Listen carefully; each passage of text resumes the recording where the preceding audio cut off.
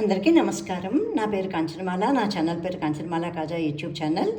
ఇప్పుడు మనకి సరిగ్గా ఇవాళకి ఒక వారం ఉంది. ఉగాది పండుగ వచ్చేస్తుంది కదా.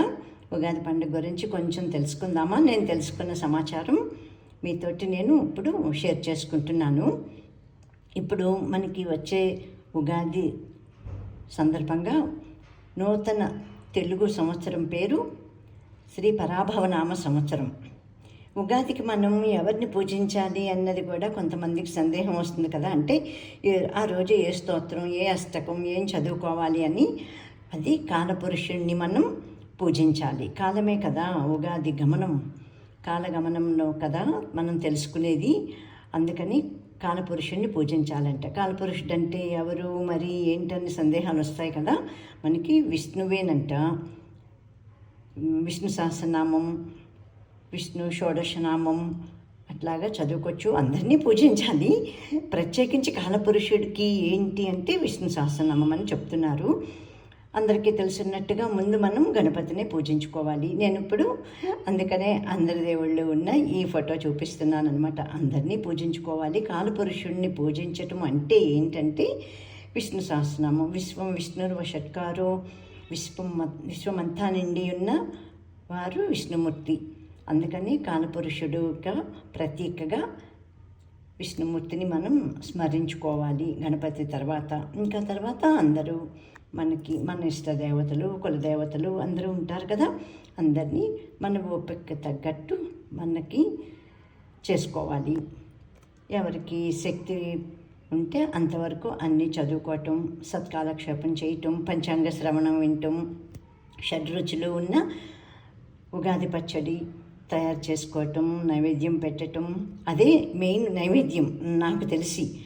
ఇంకా మిగతా ఎన్ని పిండి వంటలు ఏం చేసుకున్నా కూడా మొట్టమొదట మనం పెట్టాల్సింది ఉగాది పచ్చడి నైవేద్యం. షడ్రుచులతో కలిసి ఉన్న ఉగాది పచ్చడి నైవేద్యం పెట్టాలి తప్పనిసరిగాను. అది ఆ తర్వాతే ఇంకా మిగతా ఏ పిండి వంటలైనా ఏమైనా వస్తాయి.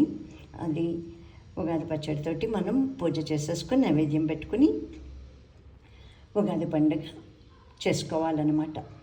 ఇప్పుడు ఈ ఉగాది సందర్భంగా నాకు ఎక్కడిదో ఏమో నాకు ఈ చిన్న పేపర్ ముక్క దొరికింది. ఎన్నేళ్ల క్రితందో నేను 97లో కొనుక్కున్న, తిరుపతిలో కొనుక్కున్న తిరుపతి వెంకటేశ్వమి తిరుపతి చరిత్ర, తిరుపతి యొక్క ప్రాశస్త్యం ఉన్న పుస్తకంలో ఇది ఇప్పుడు దొరికింది నాకు.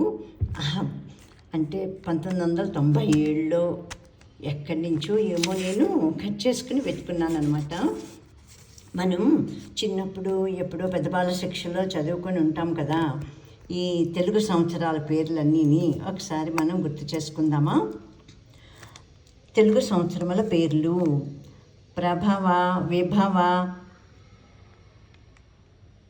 శుక్ల, ప్రమోదూత, ప్రజోత్పత్తి, అంగీరస, శ్రీముఖ, భావ, యువ, ధాత, ఈశ్వర, బహుధాన్య, ప్రమాది, విక్రమ, వృష,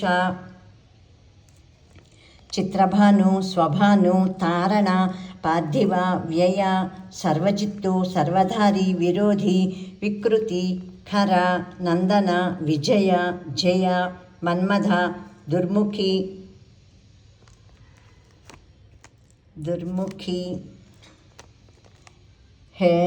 హేవళంబి, విళంబి, వికారి, శార్వరి, ప్లవ, శుభకృతు, శోభకృతు, క్రోధి,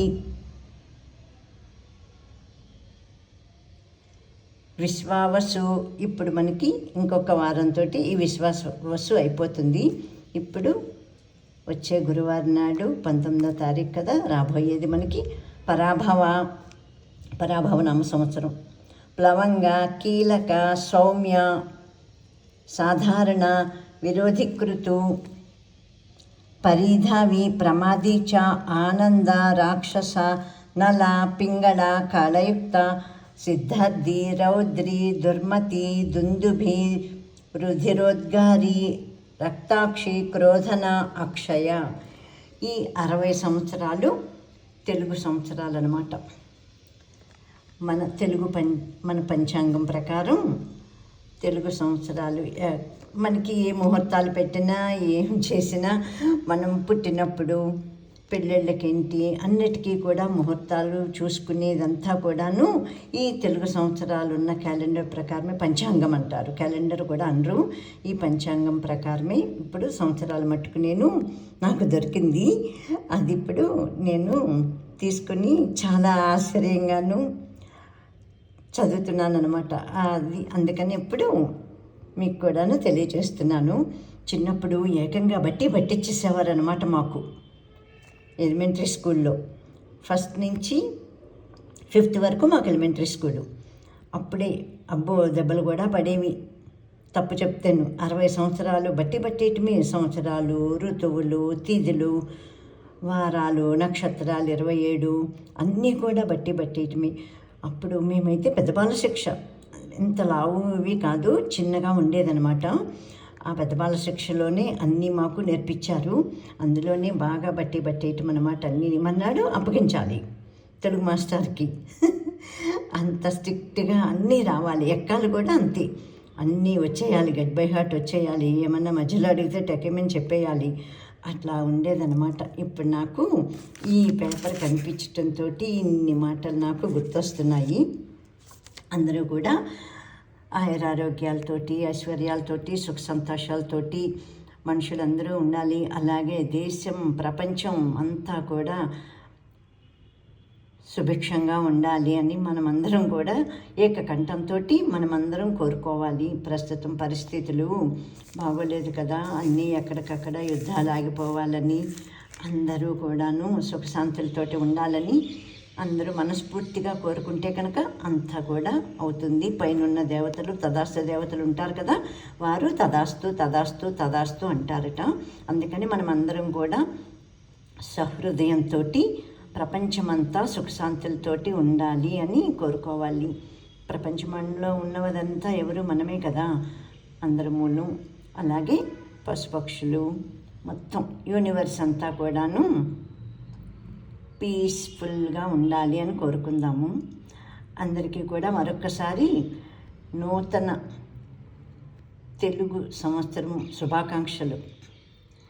శ్రీ పరాభవనామ సంవత్సర ఉగాది శుభాకాంక్షలు తెలుపుతున్నాను నేను ఒక వారం ముందు ఇంకాను. ఇప్పుడు మేము PP Reddy retirement home cum rehabilitation సెంటర్లోనే ఉన్నాము. అక్కడి నుంచే మాట్లాడుతున్నాను నేను. అందరికీ శుభం భూయాత్. లోకా సమస్తా సుఖినో భవంతు, సర్వే జనా సుఖినో భవంతు. ఓం శాంతి శాంతి శాంతి. అసతో మా సద్గమయ, తమసో మా జ్యోతిర్గమయ, మృత్యోర్మా అమృతంగమయ. ఓం శాంతి శాంతి శాంతి.